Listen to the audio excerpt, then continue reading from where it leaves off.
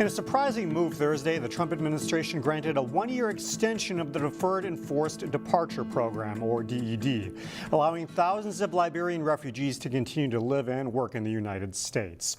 Now the focus turns to finding a permanent solution.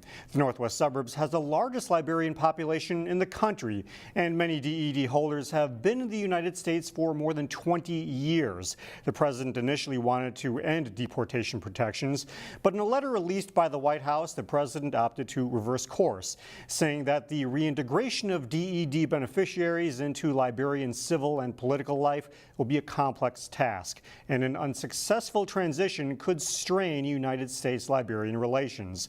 Local Liberians say finding a permanent solution will require help from Republicans on Capitol Hill.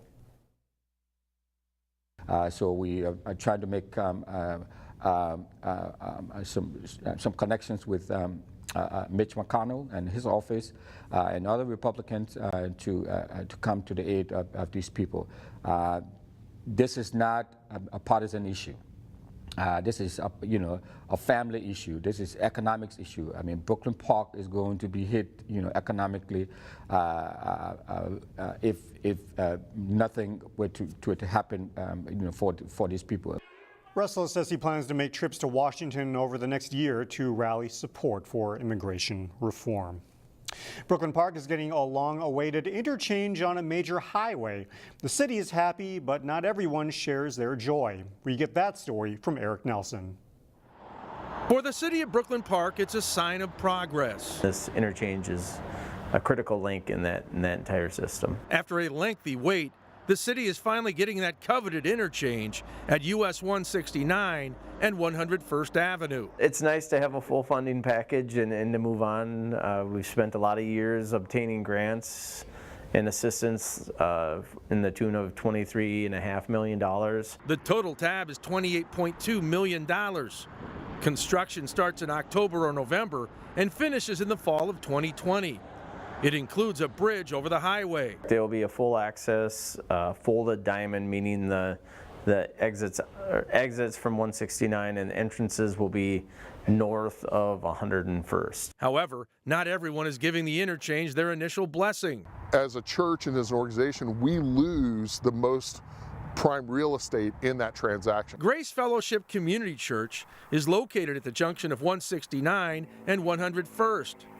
Pastor Joe Boyd believes progress is a reflection of change. And in the long term, we're excited about that. But is concerned about the current plan. The city would be taking 2 entry points, but then in exchange we get 1 entry point, which creates a concern for safety because we literally have thousands of people who come through this property in this building on a weekly basis. The church is also getting a new address. Instead of being on 101st, Grace would technically be on the future Xylon Street. We don't change our location, but we change our identity and our position. And so all of our signage will have to change. That's a huge collateral expense. We will also have to make major changes on how you find them on cell phones. I mean, literally GPS. The church is optimistic the city will give them an additional access point. I believe that God's so good that he can work it out where we can work through anything. In Brooklyn Park, I'm Eric Nelson, CCX News. After 9 years in the Hennepin County Sheriff's K-9 unit, K-9 officer Jake is retiring, but he made sure that his last day was one for the dogs. Jake and the Sheriff's Office partnered with dozens of local rescues to help find dogs forever homes. Jake's handler says this is the best way Jake could spend his last day on the job and hopes it will encourage more people to adopt a pet.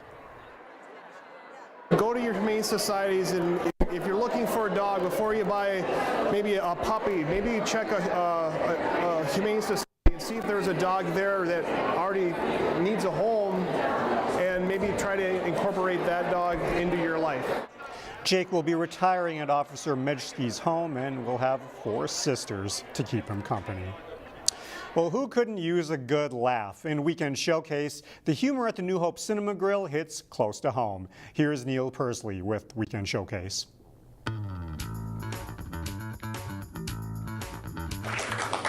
Thank you so much for coming out. My name is David Harris. My name is David Harris. David Harris. David Harris has been performing stand-up comedy and magic for over 20 years. I started performing magic in bars when I was 15 years old. Yeah, and there was always that one drunk guy. Hey, can you make my wife disappear?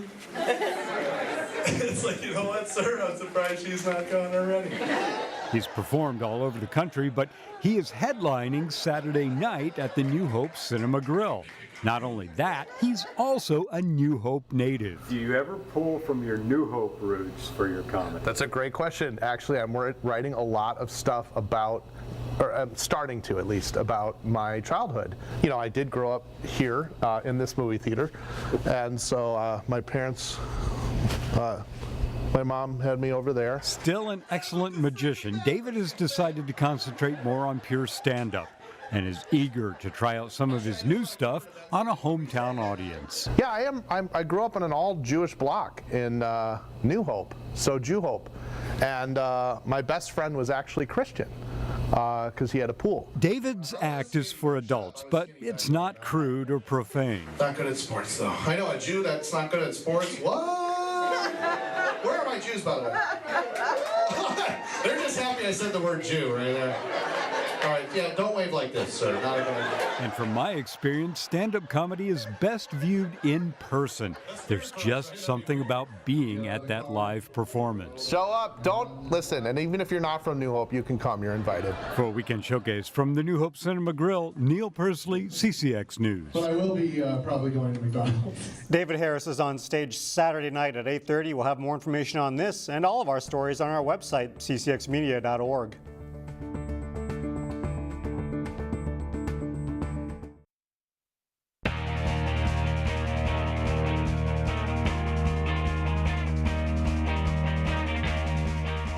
Spring sports is right around the corner. At Champlin Park and prep baseball, the Rebels team should be pretty green this spring, but there's a lot of optimism too for the Rebels. Here's Jason Malillo with this report. Underclassmen will man the infield for Champlin Park early in the season. At this point, going into game one, we're sophomore, junior. So 3 sophomores and a junior. But they're about as athletic and smooth as we've seen in a long time. So we're really excited. We think they're ready, and we're really excited. And they're hungry. When you're young like that and you're getting an opportunity to come up and play at this level, those guys are really hungry and they're ready to work and eager to get out on the field. The Rebels do have experience in the outfield and in the pitching rotation.